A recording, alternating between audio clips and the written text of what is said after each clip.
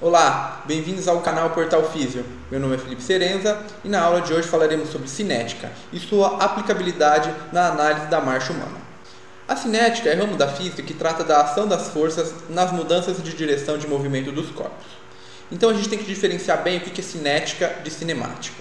Então vamos relembrar qual que é o conceito de cinemática. Quando a gente está aplicando o estudo da cinemática na marcha, por exemplo, o movimento de flexão e extensão do joelho, por exemplo, de flexão e extensão do quadril, adução e abdução, as rotações, a aceleração, a velocidade, tudo isso está contido dentro do estudo da cinemática. Mas quando a gente vai estudar as forças que estão gerando ou que estão atuando durante esses movimentos, a gente pensa na cinética. E quais são exemplos dessas forças? As contrações musculares, a força de reação do solo, a própria força de gravidade, força de atrito com o solo. Tudo isso são exemplos de forças que a gente estuda dentro da cinética. Quando a gente vai pensar no estudo da cinética aplicado à marcha, nós temos que lembrar que nossas articulações funcionam como um sistema de alavancas. Então a gente pode estudar de maneira simplificada essas forças que acontecem nessas articulações, principalmente de articulações de ossos longos, como os membros inferiores, a partir do estudo do torque ou da força rotacional que essas articulações estão sofrendo. Então a gente pode dividir esse estudo das forças nas articulações, ou torque, de duas maneiras: o torque interno e o torque externo. E o que eu quero dizer com isso? O torque interno são aquelas forças geradas dentro da própria articulação, ok? Ou dentro do próprio corpo. E a gente ainda pode subdividir nesse torque interno ativo ou passivo. O que é o torque interno ativo? É aquele torque que é gerado dentro do organismo, ou seja, gerado a partir de contração muscular. E a gente tem também o passivo, que é aquele que é absorvido.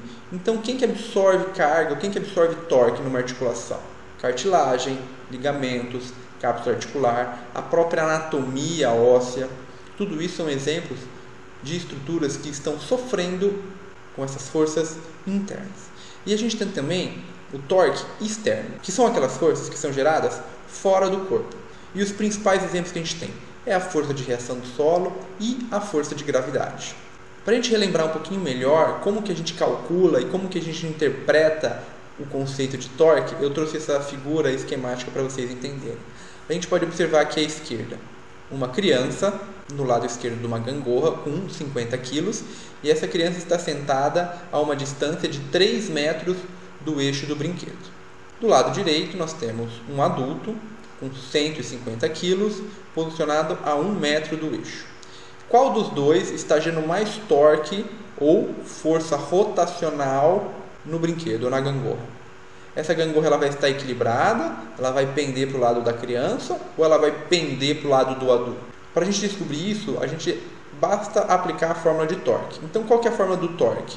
É a força vezes a distância. Então, a força nesse caso, para a criança, 50 kg vezes a distância 3. Então, nós temos um valor de 150 de torque do lado esquerdo. E do lado direito, a gente tem a distância de 1 metro vezes a força de 150. Então, nós também temos 150. Então, os torques gerados do lado direito e do lado esquerdo são iguais. Então, essa gangorra ela estaria absolutamente equilibrada. E como que a gente calcula o torque nas articulações do nosso corpo? Nós temos de força a força de reação do solo, que é capturada ou mensurada através das plataformas de força. Nós temos a cinemática, que vai dar para a gente em que posição as articulações do organismo estão.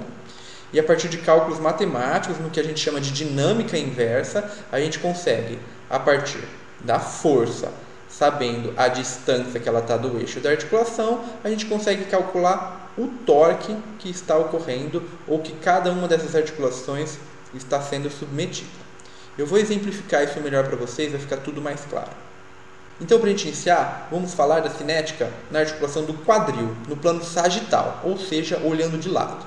Então, esse primeiro gráfico é o gráfico da cinemática, da movimentação do quadril. Para cima dessa linha, a gente vê a movimentação de flexão e para baixo de extensão. E aqui é um gráfico de torque, ok? Das forças que estão sendo aplicadas nessa articulação. Então, a gente pode observar aqui que no momento do contato inicial do pé, a força de reação do solo ela passa anteriormente à articulação do quadril. E o que o quadril precisa fazer? Ele precisa fazer uma força extensora para contrabalancear essa força. Já no apoio terminal, a gente pode observar que a força de reação do solo passa posteriormente ao eixo de movimentação da articulação do quadril. Então, nesse momento, o nosso organismo ele precisa gerar uma força flexora para contrabalancear esse movimento. Então, a gente pode observar no contato inicial, o organismo gera uma força extensora para contrabalancear a flexão. E no apoio terminal, a gente pode observar que o organismo gera uma força flexora para contrabalancear a extensão. Agora vamos exemplificar a articulação do joelho.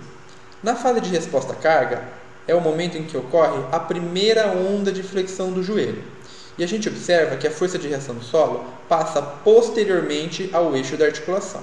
Então, nesse momento, o organismo precisa fazer uma força de extensão para contrabalancear essa flexão do joelho. Já na fase do apoio terminal, a força de reação do solo está passando anteriormente à articulação do joelho. Então, nesse momento, a gente observa um torque flexor, ok? Também no mesmo intuito de contrabalancear essa extensão que o joelho está sendo submetido. Agora, no tornozelo, a gente pode observar que durante o contato inicial, a força de reação do solo passa muito próximo da articulação. E o que a gente observa no gráfico? Que os torques nessa fase são quase zero. Entretanto, no apoio terminal, quando a gente tem a maior distância entre o eixo da articulação do joelho e a aplicação de força, nós temos o maior torque na articulação. É o que a gente pode observar aqui no gráfico. Então, nessa fase, a gente tem um momento flexor plantar para contrabalancear esse movimento de dorsiflexão.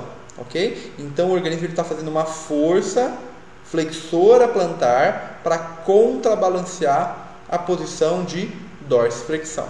Agora, a gente mudou o plano. Vamos entender a cinética do quadril, mas agora no plano frontal. A gente pode observar que a força de reação do solo ela vai passar sempre medialmente em relação à articulação do quadril.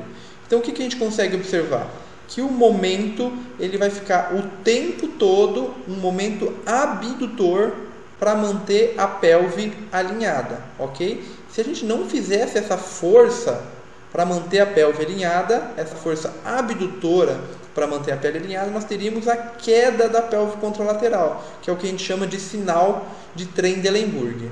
No joelho acontece de maneira muito parecida. A força de reação do solo ela passa o tempo inteiro medialmente a articulação do joelho, forçando o joelho para um varo. Então, o joelho tem que fazer uma força, um valgo, na direção do valgo, para contrabalancear essa força de reação ao solo. Não deixem de assistir os próximos vídeos do nosso canal. Um abraço!